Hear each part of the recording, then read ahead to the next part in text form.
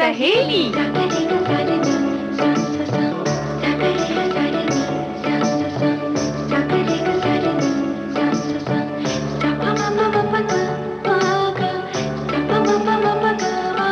सखी सहेली।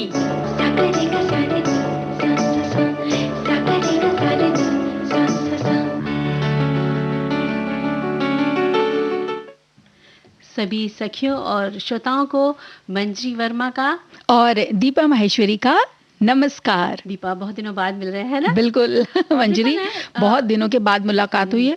मुझे लगता है गर्मियों में और उसके बाद अब बरसातों में मिल रहे हैं। बिल्कुल, चलो अच्छा हुआ। जी। और देखो, दोपहरिया के कुछ पल जो है वो हम सबके संग बिताएंगे और कुछ बातें करेंगे और कुछ गीत गुनगुनाएंगे। बिल्कुल, यही तो है हमारे कार्यक्रम सखी सहेली का सार। और हम अपने श्रोताओं को, जैसे कुछ श्रोताओं को पता ही चल गया, लेकिन हम बता देते हैं कि हमारे विषय आज हमने क्या लिए हैं। तो दीपा, सखी विशेष में हम वैज्ञानिक डॉक्टर वंदना शिवा के बारे में बात करेंगे। और भाई, खूबसूरती की बात चली तो सौंदर्य साधना के अंतर्गत हम बात करेंगे त्वचा की देखभाल हम कैसे करें। और मंजरी, आज है शुक्रवार। हमारी सखियों को पता है आज तो होंगी कुछ लजीज रेसिपीज और उनकी विधियां, तो व्यंजन की भी बातें होंगी। उसमें क्या बताएंगे? वो सरप्राइज रखें क्या? वैसे तो पता है, लेकिन जो सीधे रेडियो पर आई हैं, जो रेडियो सेट पर बैठी, उनके लिए थोड़ा सा सरप्राइज। हाँ, उनके लिए कहेंगे आप पेपर पेन तैयार रखिए जी। और आज है हम 17 जुलाई को जो है वो अंतर्राष्ट्रीय विश्व न्याय दिवस है, तो हम उसके बारे में भी बात करेंगे। तो दीपा, डॉक्टर वंदना शिवा के बारे में हम चर्चा करेंगे कि डॉक्टर वंदना शिवा एक दार्शनिक, लेखिका, फिल्मकार और पर्यावरण कार्यकर्ता है। मतलब उन्हें पेड़ पौधों से बहुत प्यार है और इसके साथ ही वे नारी अधिकारवाद की समर्थक भी हैं। आपका जन्म 5 नवंबर सन 1952 को देहरादून में हुआ और आपके पिता एक वन संरक्षक थे। उन्हें पेड़ पौधों से बेहद प्यार था और उनकी माँ भी किसान थी, उन्हें भी प्रकृति से प्रेम था। तो वंदना को अपने माता पिता से ही ऐसे संस्कार मिले थे कि जैसे जैसे वे बड़ी होती गई तो उनका भी लगाव प्रकृति से, पेड़ पौधों से होता चला गया। वो क्या होता है ना, जैसे घर में जो बचपन से हम देखते चलते आते हैं वही सीखता है एक बच्चा, और यही हुआ उनके साथ भी। उन्होंने हाई स्कूल नैनीताल से के जो saint Mary convent high school है और convent of Jesus and Mary Dehradun से अपनी शिक्षा प्राप्त की। इसके बाद वे चंडीगढ़ चली गईं, जहां 1972 में भौतिक विज्ञान में उन्होंने ग्रेजुएशन किया। स्नातकोत्तर और विश्वविद्यालय जो है गुएल्फ विश्वविद्यालय ओंटारियो कनाडा से की और सन 1968 में पश्चिमी ओंटारियो विश्वविद्यालय से ही दर्शन शास्त्र में पीएचडी पूरी की। भौतिक सन 1978 में माफ कीजिएगा, सन 1978 में उन्होंने ये पीएचडी की और भौतिक दर्शन पर ध्यान केंद्रित करते हुए उन्होंने शोध प्रबंधन किया। उसका शीर्षक था hidden variables and locomotive in quantum theory.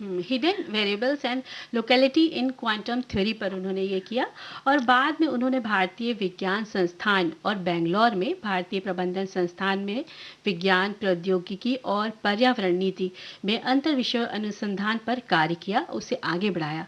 और वंदना ने कृषि और भोजन के क्षेत्र में हुई प्रगति के बारे में विस्तार से लिखा और बोला भी। और सन 1982 में उन्होंने research foundation for science, technology and ecology की स्थापना भी की, यानी विज्ञान, प्रौद्योगिकी और पारिस्थितिकी के लिए अनुसंधान फाउंडेशन की उन्होंने स्थापना की। जी, वंदना ने कई जैविक अभियान भी शुरू किए थे मंजरी। वे मूल बीज को बचाने और जैविक कृषि को बढ़ावा देने के लिए नवधान्य नामक संगठन की उन्होंने स्थापना की, जो कि किसानों का समर्थन करता है। ये विलुप्त हो रहे जो फसलें हैं ना, पौधे, उनके रखरखाव का कार्य करता है। ये बहुत ज़रूरी है कि बीजों का रखरखाव किया जाए, उनकी देखभाल की जाए, उन्नत बीजों को रखा जाए। तो इसके लिए उन्होंने बहुत अच्छे अच्छे कार्य किए। और वंदना ने बायो पायरेसी यानी जैव चोरी, स्टोलन हार्वेस्ट, मोनोकल्चर्स ऑफ माइंड जैसे अपने शैक्षणिक पेपर्स और किताबों द्वारा अंतर्राष्ट्रीय कृषि बाजार के दिग्गज खिलाड़ी जो समय के थे मॉन्सेंटो को कड़ी टक्कर दी। वे रासायनिक और औद्योगिक कृषि के बजाय खेती के पारंपरिक तरीकों का समर्थन करती थी और और दीपा ये बात सही भी है कि हम खेती को अगर पारंपरिक तरीके से करते हैं हुँ, और हुँ। अच्छी बीजों के साथ करते हैं, तो उसका परिणाम भी हमें अच्छा अच्छा मिलता ही है। मिलता है, जी। और उनका ये भी कहना है मंजरी कि जैविक तरीके से जो उगाए गए खाद्य पदार्थ हैं, उससे हम स्वस्थ भी रह सकते हैं। ये भी कहा कि जैविक तरीकों से की गई खेती से खेतों की मिट्टी को कोई नुकसान नहीं होता, साथ ही उर्वरक क्षमता अच्छी होती है और फसलों की पैदावार की उन्नत होती है। उन्होंने बीजों के संरक्षण पर भी बल दिया और बीज के जो बैंक की स्थापना के लिए भी उन्होंने योगदान दिया। अच्छे बीजों के द्वारा किसान की फसल अच्छी तरह तैयार होगी और उन्होंने और इससे फायदा भी हुआ। बिल्कुल सही बात है और स्थापना होने से अच्छा रहता है और उन्होंने उन्होंने जो देश-विदेश से लोग आए थे, शैक्षिक भ्रमण के लिए इस विषय में जानकारी प्राप्त करने और वंदना ने उन्हें संबोधित किया, यानी कि जो लोग बाहर से आ रहे थे इस बारे में बात करने के लिए, तो उन्होंने उस उनको बताया भी, समझाया भी, जानकारी भी दी और उन्हें संबोधित किया और पर्यावरण को स्वच्छ और हरा-भरा बनाए रखने के संबंध में उन्होंने जैविक खेती और कृषि की स्थितियों के बारे में भी बताया। वे इस ओर लगातार प्रयास करती रहीं, उनके प्रयासों में कोई भी कमी नहीं आई। उन्होंने एक हरित योद्धा की भूमिका निभाई। उन्हें टाइम्स मैगज़ीन ने एनवायरमेंटल हीरो की उपाधि दी। फोर्ब्स ने उन्हें विश्व की 7 सबसे शक्तिशाली महिलाओं की सूची में स्थान मिला। जो फोर्ब्स जहाँ पे कि महिलाओं की और अलग-अलग जो सेलिब्रिटीज़ की सूची तैयार की जाती है। वंदना का मानना है कि मेरी पूरी ज़िंदगी वसुधैव कुटुंबकम के सिद्धांत पर आधारित है। मैं पर्यावरण के संरक्षण और संवर्धन में इसलिए विश्वास रखती हूँ क्योंकि मेरा मानना है कि हम धरती माँ के परिवार का हिस्सा हैं। ये विकास का दौर है और इस चक्कर में प्रकृति और पर्यावरण का मूल्य हमने कहीं भुला दिया है। लेकिन मैं ना हार मानूंगी और ना ही मैं उम्मीद छोड़ूंगी। कितनी अच्छी बात कही और इस बात से तो हिम्मत मिलती है ना कि हारना नहीं चाहिए, जीत तो होती ही है और उम्मीद रखनी चाहिए। उन्होंने नीम, बासमती और गेहूं की जैविक चोरी के खिलाफ लड़ाई लड़ी। उनकी एक किताब है जिसका नाम है who really feeds the world, जो कि उनके 10 वर्षों के शोध पर आधारित है दीपा। और 1970 में वे चिपको आंदोलन में शामिल थी, जिसमें प्रमुख रूप से महिलाओं ने ही भागीदारी ली थी, जिन्होंने पेड़ों की कटाई को रोकने के लिए, सोचो पेड़ों के चारों तरफ एक मानव का घेरा बना लिया था, चारों तरफ से उन्होंने घेर लिया था, जिससे कोई भी इन पेड़ों को काट ना सके। और वंदना जी अंतर्राष्ट्रीय फोरम की अग्रणी महिला भी हैं। जी, उन्होंने 300 से अधिक लेख लिखे, कई पुस्तकें लिखी। इसके साथ ही वे वर्ल्ड फ्यूचर काउंसलिंग की एक पार्षद भी हैं। उन्हें कई पुरस्कार भी मिले मंजरी। 1993 में राइट लाइवलीहुड पुरस्कार मिला। नीदरलैंड द्वारा 1993 में ही गोल्डन आर की मानद उपाधि भी मिली उन्हें। फिर संयुक्त राष्ट्र संघ पर्यावरण कार्यक्रम का ग्लोबल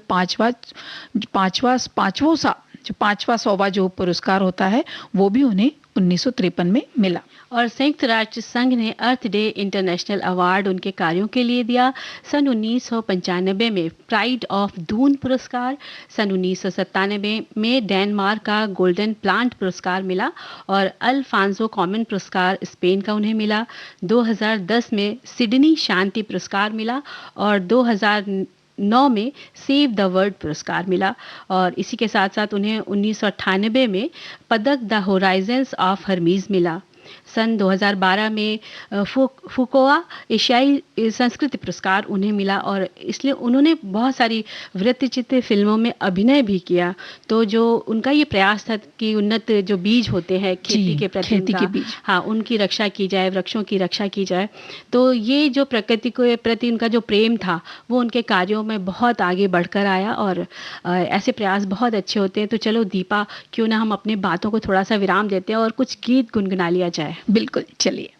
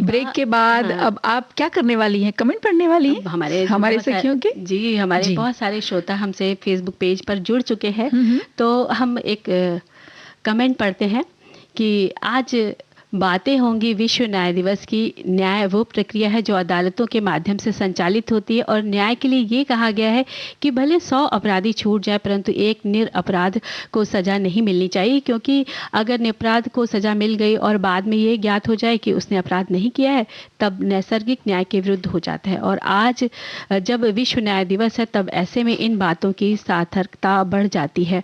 ये हमारे एक श्रोता ने लिखा है और हमारे सभी श्रोता बार बार बहुत सारे कमेंट्स भेज रहे हैं, तो हम धीरे धीरे उनके कमेंट्स भी पढ़ेंगे। जी, बिल्कुल। और आज मंजरी, आज है 17 जुलाई और अंतर्राष्ट्रीय न्याय विश्व दिवस मनाया जाता है। जैसे कि जो भी अन्याय के विरुद्ध जो होती हैं बातें, उनको ऊपर उठाने के लिए, उस पर ध्यान केंद्रित करने के लिए, उन्हें चिन्हित करने के लिए ये दिवस मनाते हैं और पीड़ितों के अधिकारों को बढ़ावा मिले, न्याय मिले, इसलिए भी ये दिन, जैसे कि हमारे श्रोताओं ने कमेंट्स भी लिखा है कि हम इसलिए ये दिन मनाते हैं। बिल्कुल। और इसके अलावा 17 जुलाई को हर साल अंतर्राष्ट्रीय आपराधिक न्यायालय के महत्व के बारे में लोगों को बताने और दुनिया भर में हो रहे गंभीर अपराधों पर केंद्रित भी किया जाता है। बिल्कुल। 17 जुलाई उस संधि को अपनाने की तारीख है जिसने अंतर्राष्ट्रीय आपराधिक न्यायालय बनाया। 1 जून 2010 को कंपाला युगांडा में है, यहाँ पे आयोजित रोम संविधि की समीक्षा सम्मेलन में और राज्य दलों की सभा ने 17 जुलाई को अंतर्राष्ट्रीय आपराधिक न्याय दिवस के रूप में मनाने का निर्णय लिया। और हर साल इस दिवस के द्वारा जागरूकता लोगों में फैलाई जाती है। वाकई में कानून के बारे में जो भी है, न्याय के बारे में तो सबको जानना चाहिए, कैसे न्याय मिल सकता है, इस बारे में जानना चाहिए और जागरूकता तो लोगों में फैलती और ही है। होता क्या है, पीड़ित होते जाते हैं और गलत काम इंसानों के ऊपर होते जाते हैं, हमें पता ही नहीं चलता है कि न्याय क्या है। बिल्कुल। क्या ऐसे नियम हैं जिनके तहत हम इनके खिलाफ लड़ें या इनके खिलाफ बोलें। तो ये न्यायिक, और पहले तो दीपा हमें खुद भी सोचना चाहिए कि हम हमेशा अच्छे कार्य करें, न्यायपूर्ण कार्य करें, तो कोई दिक्कत ही नहीं होगी। बिल्कुल, है ना? तो चलो एक श्रोता का हम कमेंट पढ़ देते हैं। बिल्कुल कि लिखते हैं हमारे श्रोता एक कि त्वचा के बारे में उन्होंने लिखा है कि त्वचा की देखभाल की बात है तो हमें बाजार की बजाय रसोई घर या हमारे ही गार्डन के पौधों का रुख करना चाहिए। ये हमारी त्वचा के लिए अनुकूल और किफ़ायती भी होता है। तो आपने बहुत सही बात लिखी है कि हम पहले अपने गार्डन और घर में जो हमारे होते हैं उससे हम अपना देखभाल करें, तो वो चीज़ बहुत अच्छी है। और बहुत सारे हमारे श्रोताओं ने और भी लिखकर भेजा है। तो एक श्रोता और लिखते हैं कि त्वचा की देखभाल करने के लिए एक बहुत ही कारगर उपाय है जो मैंने अपनी आप पर उपयोग किया हुआ। ये तो बहुत अच्छी बात है और इसका फ़ायदा भी उन्हें मिला है। तो इसका तो सबको पता चलना चाहिए ना, जो बिल्कुल हमें पता है कि भाई ये बिल्कुल कारगर है। और उन्होंने लिखा है कि कुछ समय पहले मेरे चेहरे पर बहुत सारे डार्क सर्कल हो गए थे, जिसे हिंदी में झाइयाँ भी कहते हैं। उसके लिए मैंने एक घरेलू उपाय किया। तांबे के छोटे से बर्तन में मीठी नीम के पत्ते का पेस्ट और दही मिलाकर रख देना है और 24 घंटे बाहर रखने के बाद उसे अच्छे से मिक्स करके फ्रिज में रख सकते हैं। और 8-10 दिनों के लिए 2-3 बार इसको चेहरे में, इसको बाद में उन्होंने लगाना चाहिए। चेहरे पर लगाने के बाद 10 से 15 मिनट में इसे धो लें और ठंडे पानी में। ये बहुत ही उपयोगी नुस्खा है। ये तो बहुत ही उपयोगी भी है और एकदम किफ़ायती है और सब इसको इस्तेमाल कर सकते हैं जिनके चेहरे पे काले दाग हैं या धब्बे हैं। लेकिन मंजरी, फिलहाल हम बहुत सारी बातें त्वचा के बारे में तो करेंगे, लेकिन हमारी सखियां इंतजार कर रही हैं कि हमें गीत सुनाए, या तुम चाहती हो कि कोई और कमेंट्स? हम सोचते हैं कि पहले थोड़ा सा गीत सुन लें। चलो सुन लेते हैं।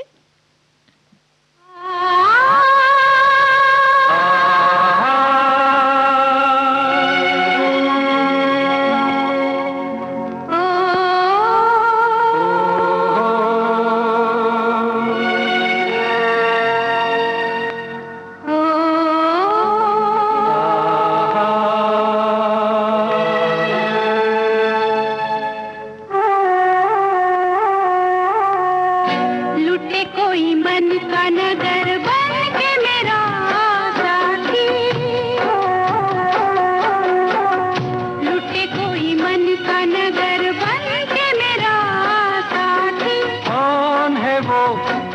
सपनों में कभी ऐसा कहीं होता है, ये तो बड़ा धोखा है।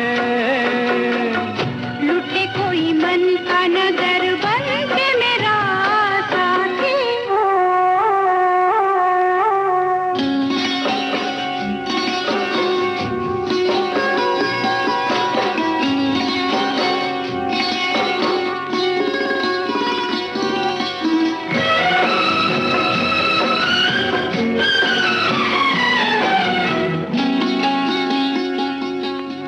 यहीं पे कहीं है मेरे मन का चोर।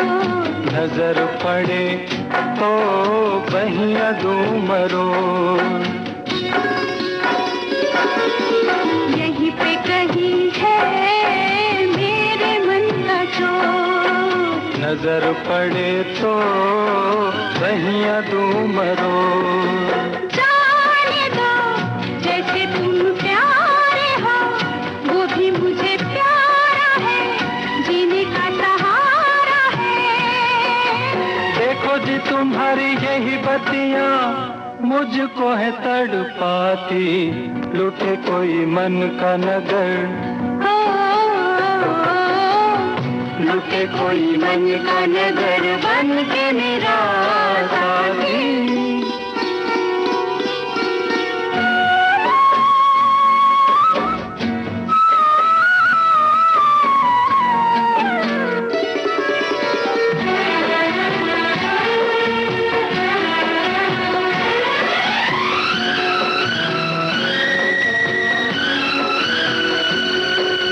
रोग मेरे जी का, मेरे दिल का चैन, सावला सा मुखड़ा उस पे कारे ने। रोग मेरे जी का, मेरे दिल का चैन, सावला सा मुखड़ा उस पे कारे ने। ऐसे को रोके अब कौन भला, दिल से जो प्यारी है सजनी हमारी है। कहाँ करूं मैं बिन उसके रह भी नहीं पाती, लुटे कोई मन का नगर, लुटे कोई मन का नगर बन के मेरा साथी, लुटे कोई मन का नगर बन के मेरा साथी, साथी। साथी।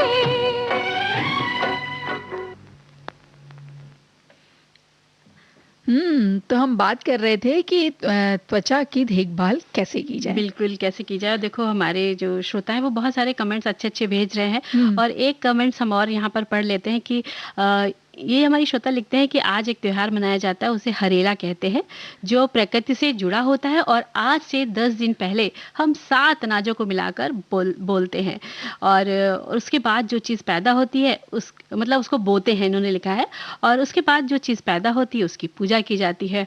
तो आज ये बहुत अच्छे-अच्छे कमेंट्स हैं। तो हम लोग बात करने वाले हैं आज त्वचा के बारे में कि हमारी जो स्किन है जी। उसको हम कैसे टोन कर सकते हैं, कैसे यानी उसमें कसाव कैसे बना कसाव रहे। कैसे ला सकते हैं। और हर कोई देखो चाहता ही है दीपा कि उसकी जो त्वचा है वो बहुत खूबसूरत दिखे और ताजी का एहसास हो, और ये हमारा हक भी है ना कि हम बिल्कुल। अच्छे दिखें और फ्रेश दिखें।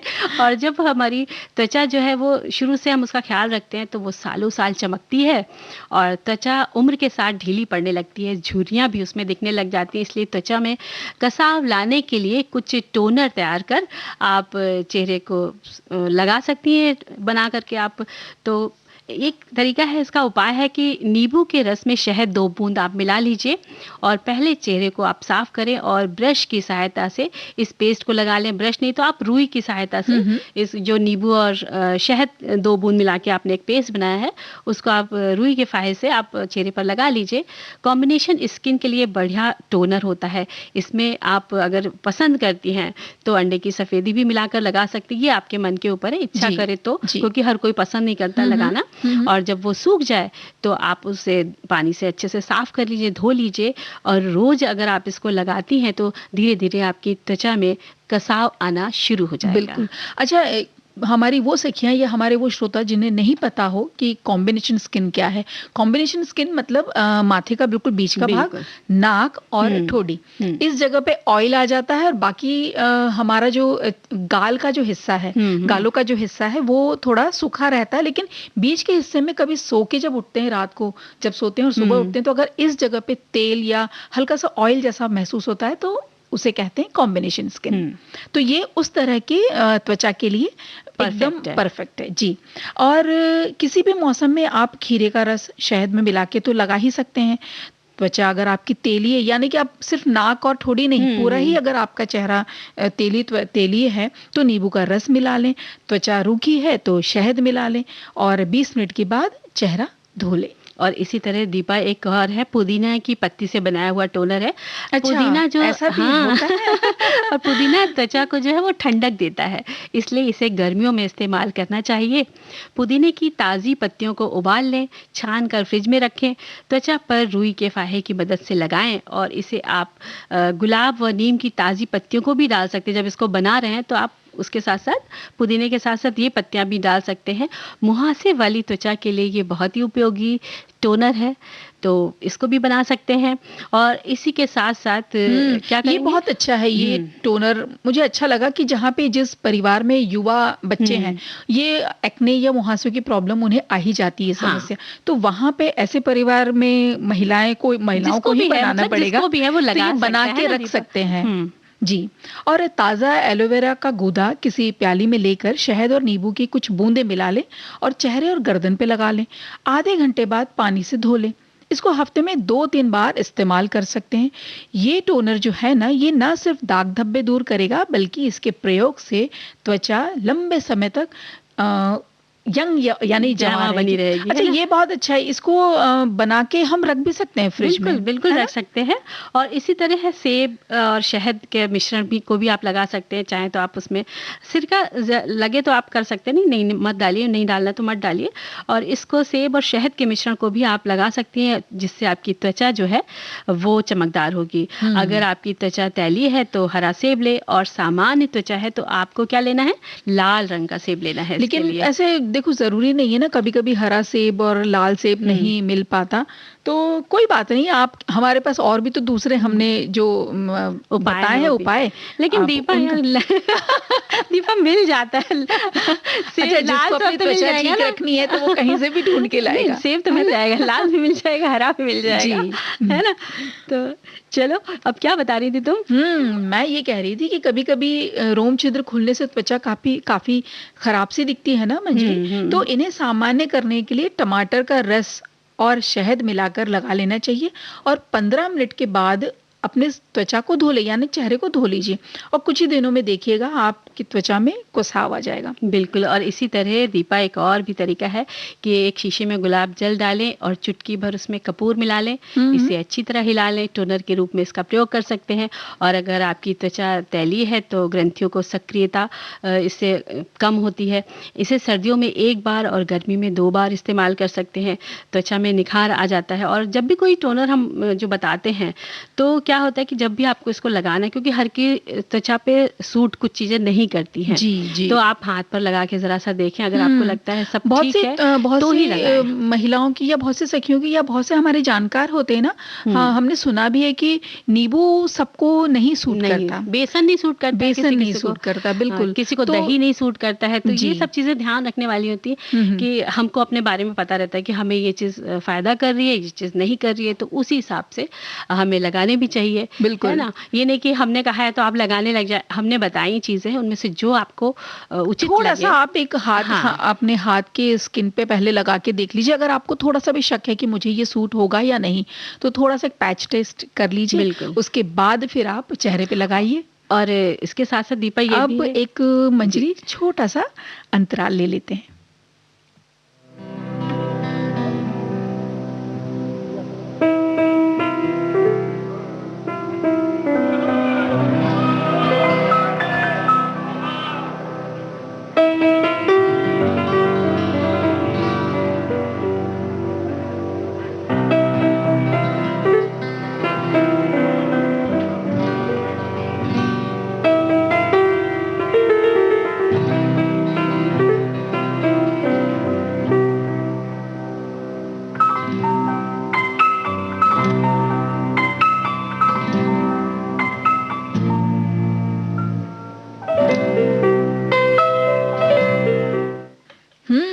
फिर आ गए हैं त्वचा के बारे में बातें करने वाली हो, या सखियों ने क्या-क्या लिखा है? हमारी सखियों ने बहुत सारी बातें लिखकर भेजी है और इन्होंने एक हमारी जो श्रोता हैं वो लिखकर भेज रहे हैं कि world day for international justice यानी अंतर्राष्ट्रीय न्याय के लिए विश्व दिवस हर साल 17 जुलाई को दुनिया भर में मनाया जाता है। ये दिन अंतर्राष्ट्रीय न्याय की मजबूत व्यवस्था को चिन्हित करने और पीड़ितों के अधिकारों को बढ़ावा देने के लिए मनाया जाता है। और इसके अलावा 17 जुलाई हर साल अंतर्राष्ट्रीय आपराधिक न्यायालय के महत्व के बारे में लोगों को बताने और दुनिया भर में हो रहे गंभीर अपराधों पर केंद्रित भी किया जाता है। तो हमारे श्रोता हमसे जुड़े हुए हैं, लगातार कुछ ना कुछ भेज रहे हैं, बातें कर रहे हैं, लिख रहे हैं कमेंट्स। तो अच्छा, एक छोटी सी टिप याद आई मुझे। मेरी एक हमारे जान पहचान वाली हमारी एक सखी हैं, उनकी त्वचा बहुत हमेशा चमकती दमकती रहती है। तो पूछा उनसे कि कैसे तुम, यार इन दिनों तो लॉकडाउन भी चल रहा था कुछ वक्त पहले तक भी और अभी भी चल रहा है, तो कैसे एकदम बिल्कुल अप टू डेट रहती हो? सबके हाल बुरे हो चुके थे, सब लोग थोड़े से उदास क्योंकि रहने लग गए थे ना, तो किसी का चेहरा उतरा हुआ भी होने लग गया था, लेकिन वो बिल्कुल फिट से दिखती थी। तो उन्होंने 2-3 बिल्कुल फटाफट बनने वाली मास्क बताए और टिप बताए कि आप चेहरे के लिए कितना चाहिए, बिल्कुल थोड़ा सा आधा चम्मच से भी कम बेसन ले लो और 2-3 नींबू के उसमें बूंद डाल लो, नींबू के रस की बूंदे डाल लो और चुटकी भर हल्दी डाल लो।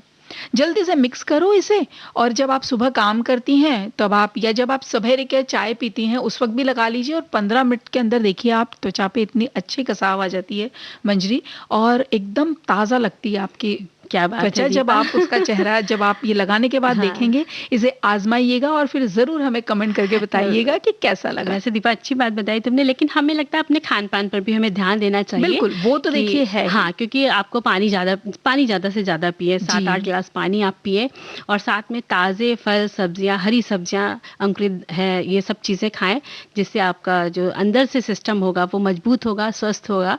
बासी भोजन से बिल्कुल आप अपनी दूरी बनाकर रखें, बिल्कुल, है ना। इन बिल्कुल, चीज़ों का बिल्कुल। हमें ध्यान रखना चाहिए। और आज तो कुछ व्यंजन की बात भी है, तो तो हमारी सखियां इंतजार कर रही होंगी, पेन पेपर नोटबुक शायद लेकर बैठ गए होंगे तैयार कि आज व्यंजन में हम बताने वाले हैं अरबी के व्यंजन। बिल्कुल, कुछ कुरकुरे से स्वाद बताने वाले हैं। तो हम दीपा बता देते हैं आज अरबी का पराठा कैसे बनाएं, है अरबी ना। का पराठा।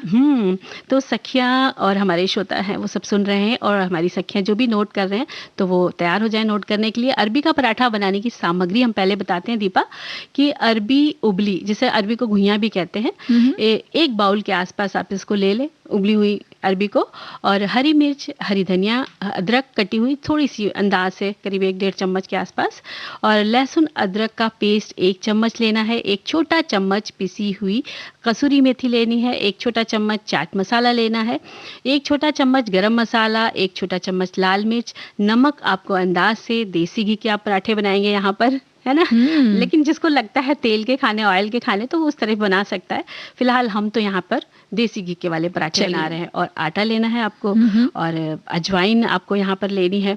तो इसकी विधि क्या है कि आटे में आप नमक, तेल, अजवाइन डालकर आप पानी से इसको गूंथ लीजिए, और जब आपकी उबली जो अरबी थी, घुइयां थी, उनको आप छील करके अच्छे से मसल लीजिए, और उसमें अदरक लहसुन वाला पेस्ट डाल दीजिए, हरी मिर्च, हरी धनिया जो अदरक महीन काटी के रखी थी अलग, उसको भी आप उसमें डालिए, उसमें कसूरी मेथी डाल दीजिए, चाट मसाला, गरम मसाला, लाल मिर्च, नमक वगैरह डाल के इसको अच्छे से मिक्स कर लीजिए। अब आप उसको आटे की लोई में बना के, भर के, जैसे आलू के पराठे भरते हैं जी, वैसे आप ये वाला अरबी का पेस्ट भर लीजिए, और इसको आप बेल करके और बढ़िया देसी घी लगा के आप दोनों तरफ से कुरकुरा सा सेकिए, और फिर खाइए, और फिर बाद में हमें बताइए, है ना।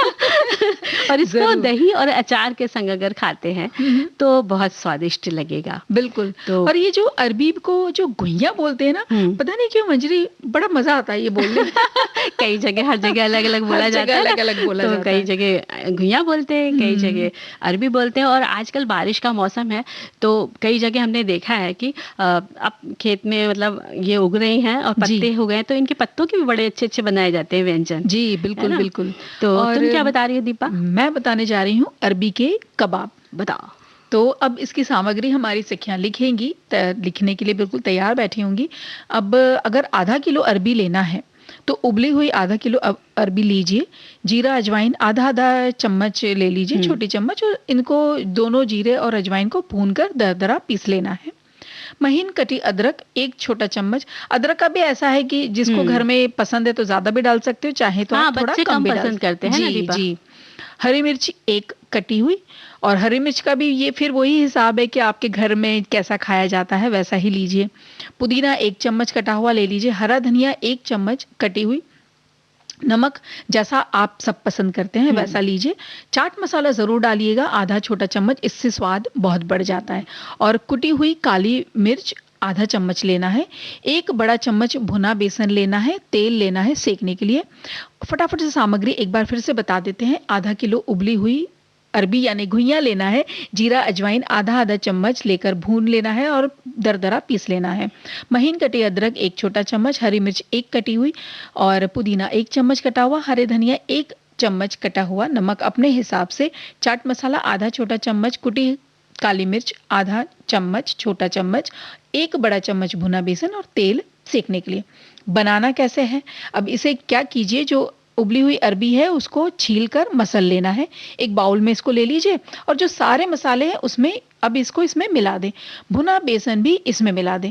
इसके कबाब बना लें और जैसा शेप आप जो जैसा आकार देना चाहें वैसा दे दीजिए और तवे पे हल्का सा तेल लगा लीजिए। दोनों तरफ से क्या मध्यम बात है! आंच पे सुनहरा इसको सेक लीजिए। अब इसको चाय के साथ लीजिए या आप शाम के वक़्त क्या चाहते हैं कि बात कोई है! नाश्ता या थोड़ी-सी तैयारी करके रखेंगे तो सुबह-सुबह के नाश्ते में भी बिल्कुल दीपा जी, क्योंकि घर में जब मेहमान आने हो ना, तो उसके पहले आप ये सब तैयार करके 1 दिन पहले रख सकती हैं, हुँ। जिसमें आप उनको आराम से खिला बिल्कुल। सकते हैं। और मंजरी आजकल बच्चे बड़े बहुत से घरों में अभी भी घर पर ही हैं। हुँ। बच्चे तो घर पर ही हैं। तो उनको चाहिए तो रहता है ना दिन कुछ भर ना कुछ कुछ। ऐसा उन्हें चाहिए होता है कि अब कुछ हमें अच्छा-सा बना के दो। तो ये बहुत अच्छा एक विकल्प है। बिल्कुल अच्छा विकल्प है और और हम अब एक विकल्प है गीत का।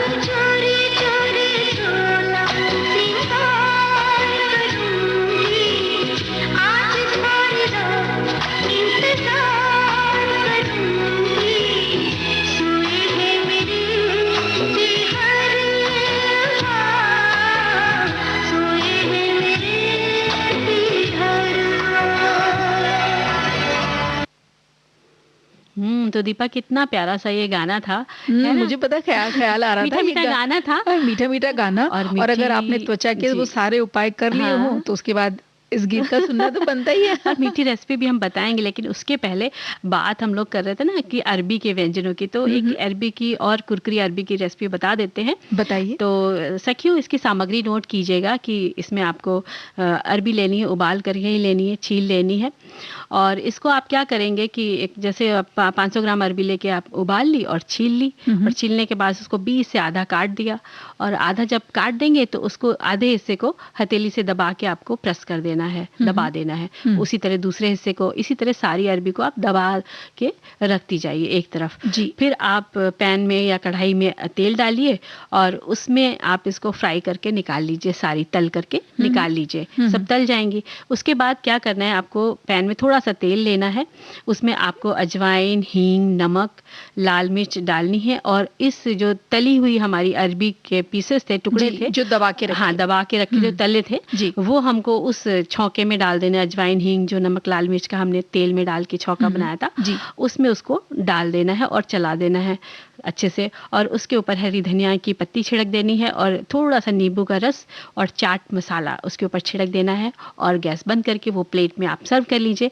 तो आपकी कुरकुरी अरबी तैयार हो गई। इसे आप दाल चावल के साथ खाएंगे ना तो बहुत टेस्टी बहुत लगती अच्छी है। लगती है। हाँ। तो ये तो एक विकल्प बताया मंजरी ने कि दाल चावल के साथ खाई, या चाय के साथ भी बहुत अच्छी लगेगी, या अचानक से मेहमान आ जाए तो जल्दी से कुछ क्या ऐसा बनाया जाए कि भाई थाली हमारी पूरी भर जाए और दिखने में भी अच्छी लगे, बहुत भरी हुई अच्छी लगती है जब कोई आ जाता है और हम उन्हें भोजन कराते तो हैं। भाई दीपा देखो, थाली तो काफी चीजें हमने उसमें रख दी है, है ना? लेकिन अब कुछ मीठा भी रख दो तुम चलिए, उसमें। तो मीठा बनाना है तो वनीला आइसक्रीम बनाते हैं आज। बिल्कुल बनाओ। वनीला आइसक्रीम में क्या लेना है, 500 ग्राम ताज़ी क्रीम लेना है, 1 टिन कंडेंस मिल्क का लेना है, और कुछ बूंदे वनीला की लेनी है।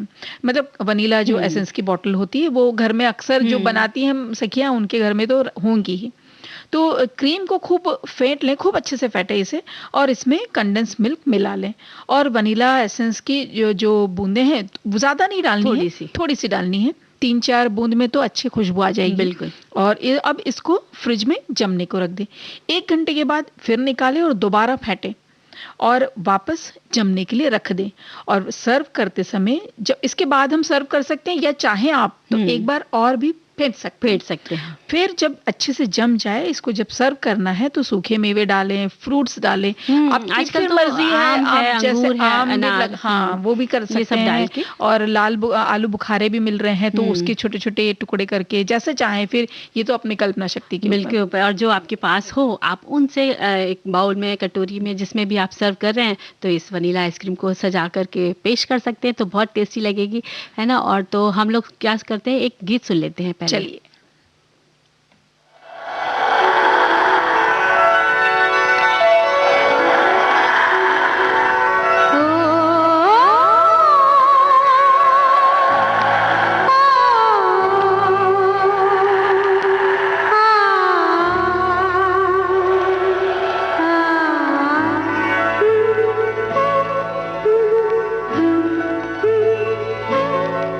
कोई आएगा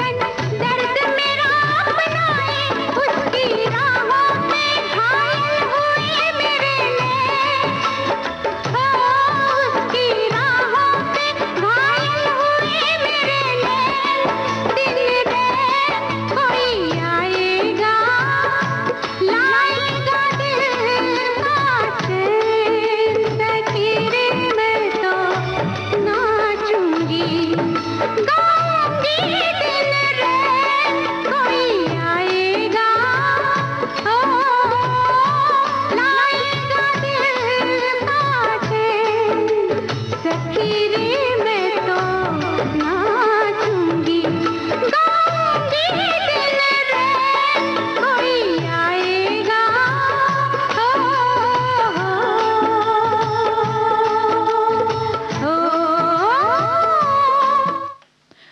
अच्छा, बहुत सी हमारी सखियां लिख रही हैं, हमारी एक सखी लिख रही है कि सूखी सब्जी रसे वाली तो बहुत बनाई है पर पराठा कभी नहीं बनाया। क्या बात है। तो बनाकर हम अवश्य देखेंगे, क्योंकि अभी मेरी क्यारी में बहुत सारी अरबी निकली है। तो देखा? क्या बात है।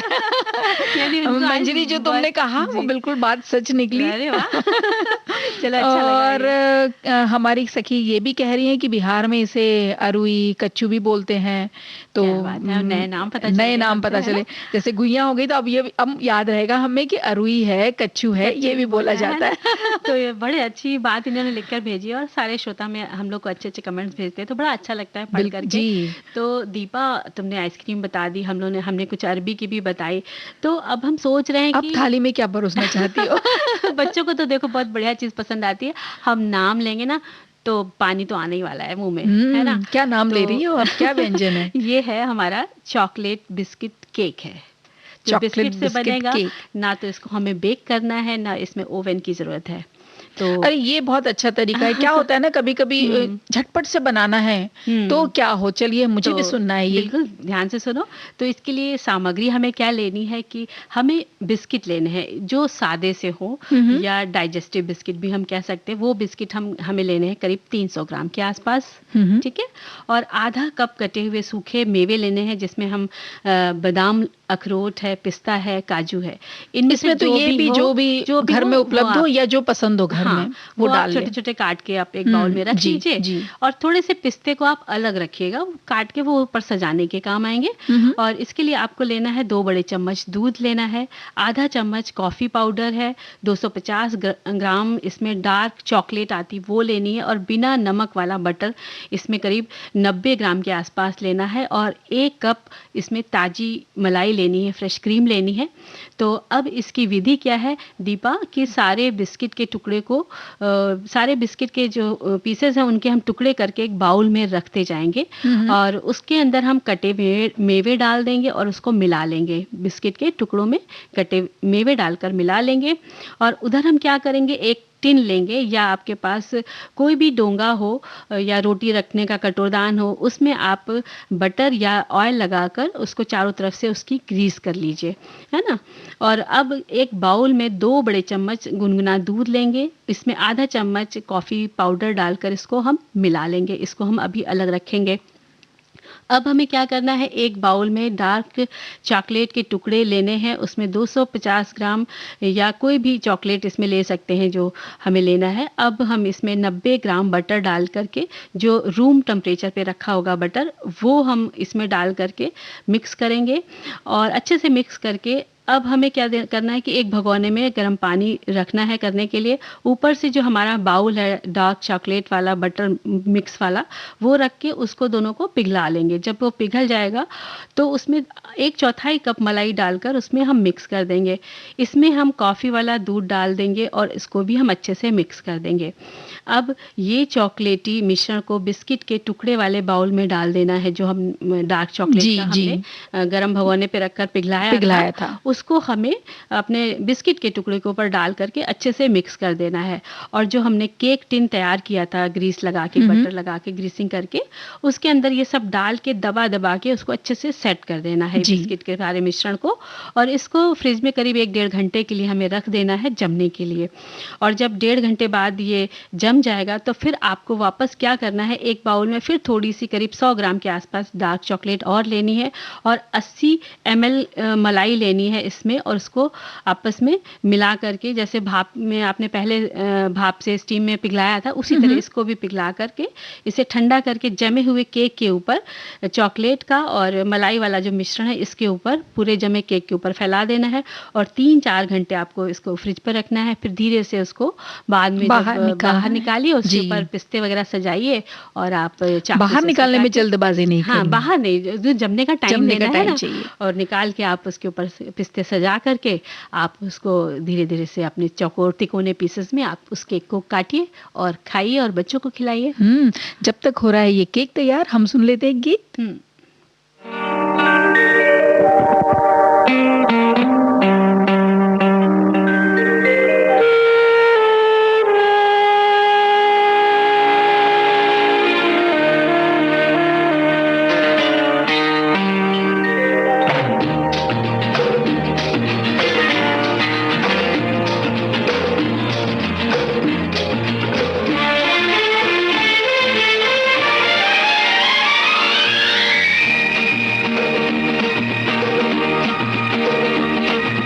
वादा करो जानम,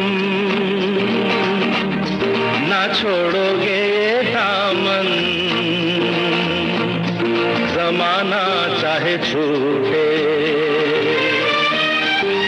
बांधी है जो दिल से अब ये डोर, जिंदगी भर न टूटे।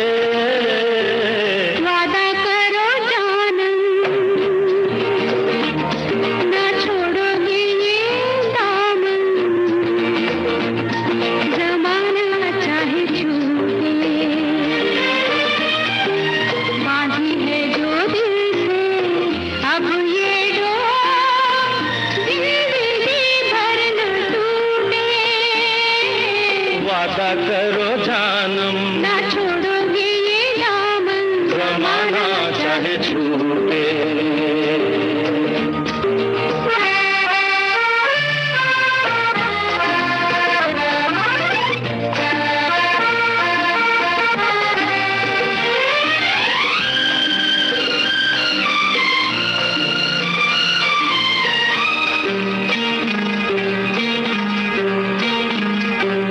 बदले ना हम तुम कभी,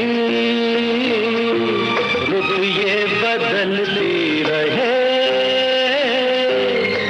दो दिलों की ये बात चलती रहे। आके बहारों की छाँव जाती रहे, ढलती रहे,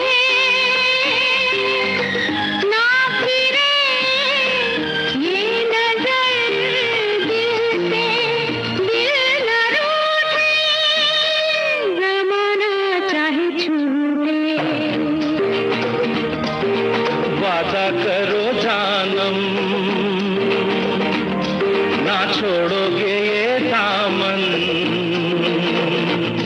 जमाना चाहे छूटे।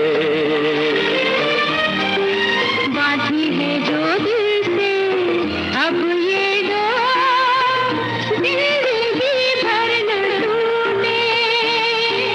वादा करो जानम, ना छोड़ोगे ये दामन, जमाना चाहे छूटे। तो दीपा, वादा करते हैं कि हम अपने सखियों और श्रोताओं से फिर मुलाकात करेंगे। अभी तो बिल्कुल भी वक्त नहीं बचा है, तो सभी सखियों और श्रोताओं को मंजरी वर्मा और दीपा माहेश्वरी का नमस्कार। नमस्कार।